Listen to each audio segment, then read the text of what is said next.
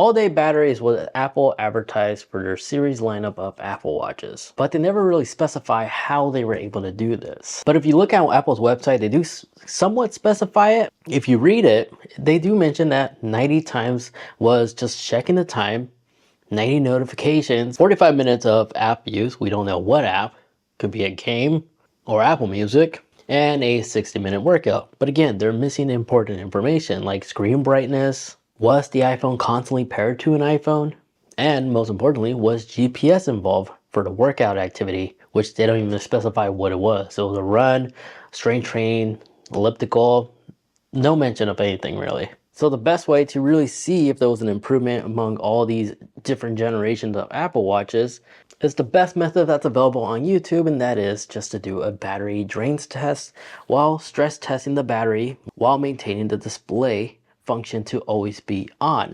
So what we have on the table is the Series 0, better known as the Series 7000, the Series 1, Series 2, Series 3, 4, 5, 6, 7, 8, 9, and then we got the new Series 10 and new jet black color option. And then to mix things up, I am throwing in the 42mm Series 10 to see if bigger really does mean a better battery life. And then next to that, here is the Apple Watch SE and the SE2. And of course, we have the Ultra 1 and the Ultra 2 and that new midnight color option to choose from. So let's see which one of these Apple Watches truly does last the longest. And we'll be using these like little screen tappers. These work really well in keeping the display on. It's just like a little mechanism that continuously just tap the display. And once you put it on, it just continuously taps it. And this is all due to the fact there is no setting in the Apple Watch that allows the display to not turn off. The longest duration Apple gives us is 70 seconds, and that's it. There is no never option like there is on the iPhone.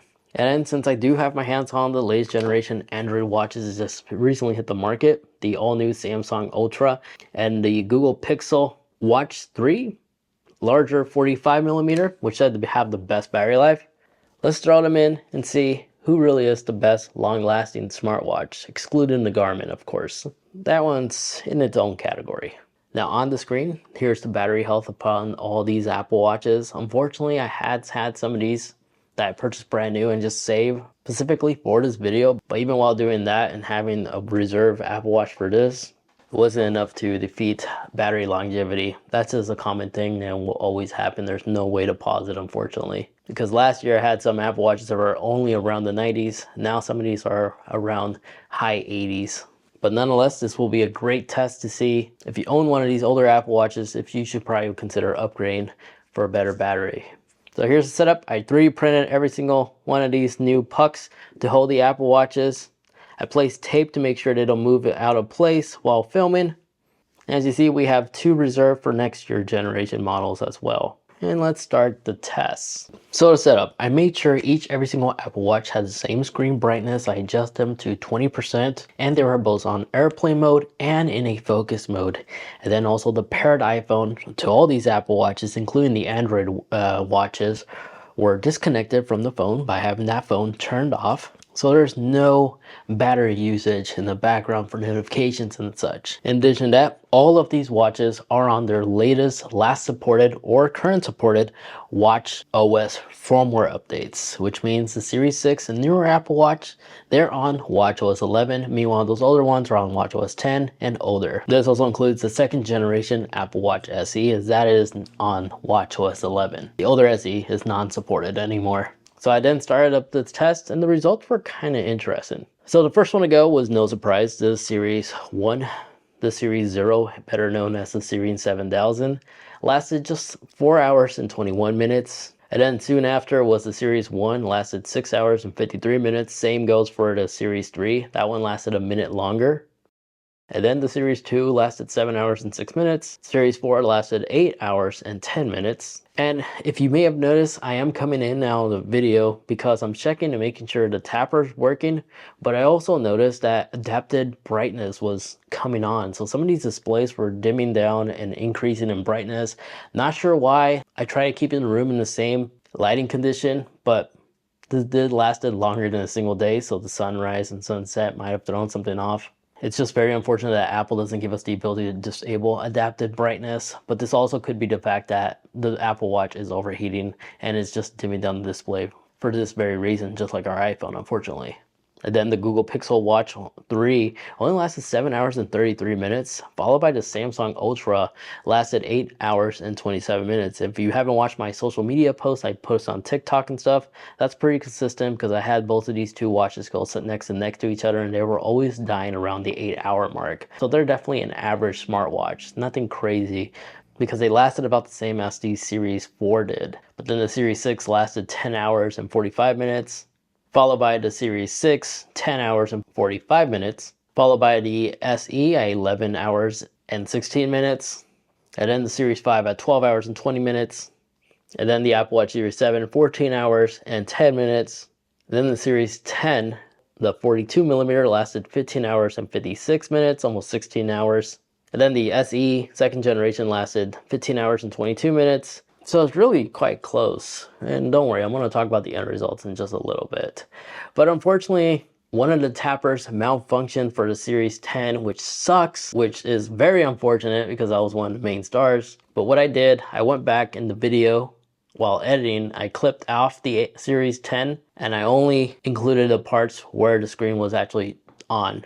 So resuming all this, the Series 10 larger size did manage to get an additional 5 hours of battery, as this lasted about 20 hours and 14 minutes compared against the smaller 42mm that just lasted 15 hours and 56 minutes, which led me to believe that bigger is better for battery life, because it came close to the Ultra first generation. At both were around 20 hours. Now the Ultra 2 is really interesting. I thought I was just going to die around 30 hours. No, it actually went up to 35 hours. So this video definitely took a lot longer to produce.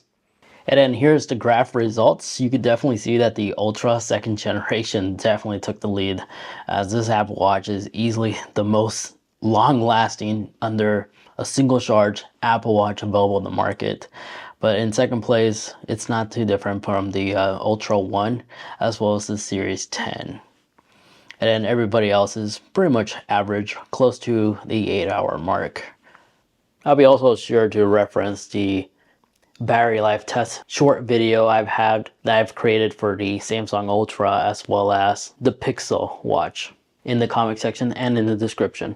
But there you guys have it. That is the end result of the battery life test between every generation of Apple Watch, including its competitors on the Android side, and how do they compare against everything available in the market.